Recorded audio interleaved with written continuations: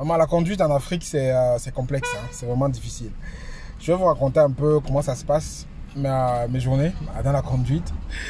Comment c'est pas évident. Donc bonjour, hein, bonjour, je suis Franck Kenyé. Donc là, pour ceux qui me suivent depuis quelques jours, savez que je suis en Afrique là.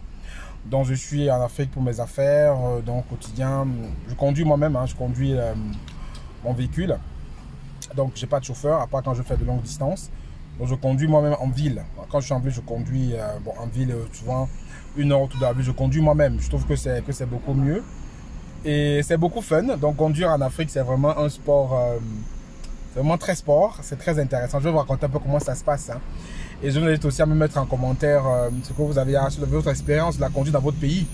Que ce soit au Cameroun ou ailleurs. Dites-moi comment se passe la conduite chez vous.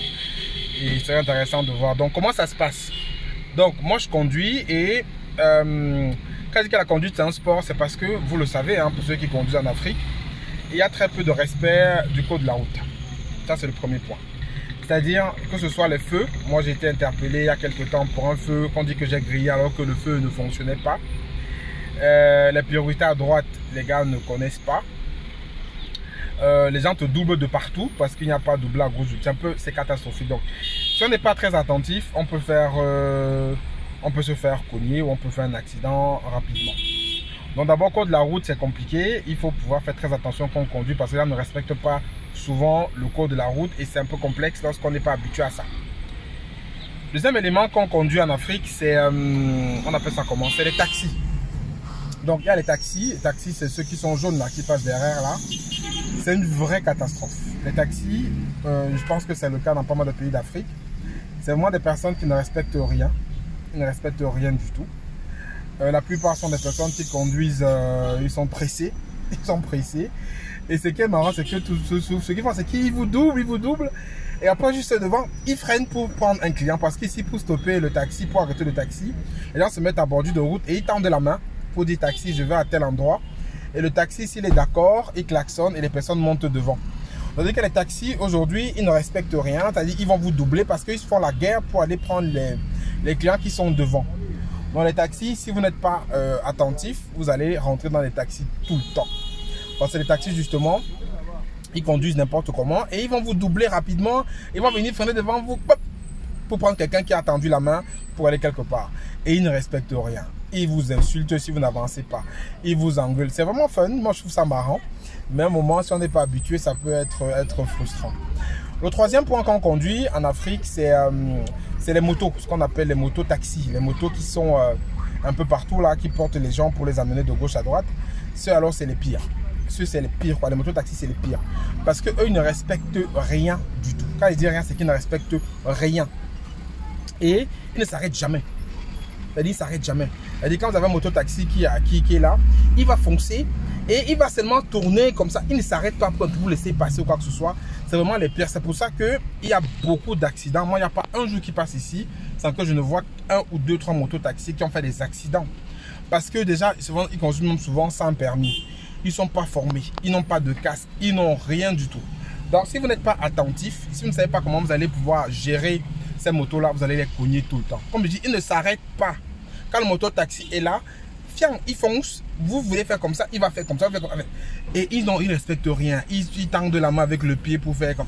En fait, c'est compliqué. Le moto-taxi, c'est vraiment une vraie plaie pour la conduite ici.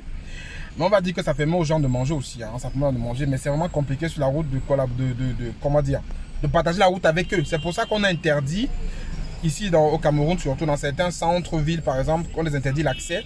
Parce que c'est compliqué de les avoir un peu partout. Et pour terminer de la conduite, je vais parler du dernier élément qui vient de mon expérience que j'ai eue tout récemment. C'est les policiers qui contrôlent le trafic. Donc, eux aussi, ils font partie du game. Hein. Ils font partie du game. Dans les policiers qui contrôlent le trafic, ils sont à tous les carrefours maintenant. Et c'est eux qui vont vous arrêter, qui vont diriger la circulation. Et eux, en fait, je vais vous dire clairement que... quand vous ne faites pas d'erreur, c'est-à-dire lorsqu'on ne vous attribue pas une erreur quelconque, je pense qu'ils ne vous embêtent pas.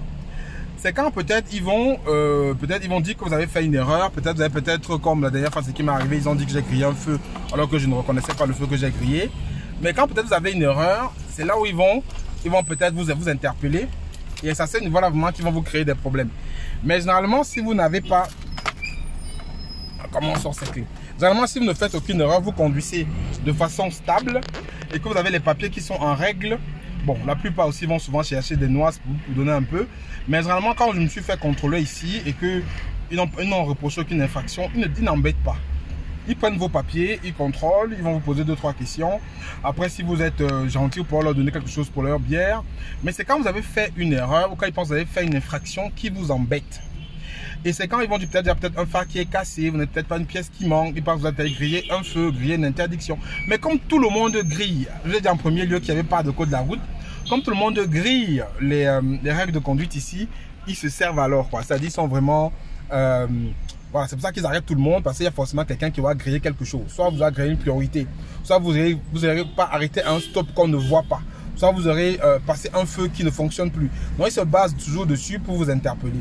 Mais malgré ça, quand même, quand vous conduisez sans problème et que vous avez tous vos papiers, vous n'avez rien à vous reprocher et que les policiers vous contrôlent, arrêtez-vous, donnez vos papiers et normalement, ça se passe bien. Mais comme je dis, les règles de conduite, personne ne respecte les règles de conduite. Forcément, ils vont vous interpeller, ils vont vous trouver quelque chose que vous n'avez pas respecté quelque part. Et ça va commencer à vouloir vous causer un peu vous perdre le temps pour que vous vous arrangez. Voilà pour ma petite expérience que je vais partager avec vous sur la conduite en Afrique. Donc, je n'ai pas partagé moi la vôtre. Je vous ai parlé du code, des taxis, des mototaxis, des policiers qui gèrent la circulation. Et je vais aussi parler peut-être des routes. Bon, les routes, bon, ça c'est clair que les routes, il y a des choses à redire, à refaire. Maintenant, on continue qu'en construction.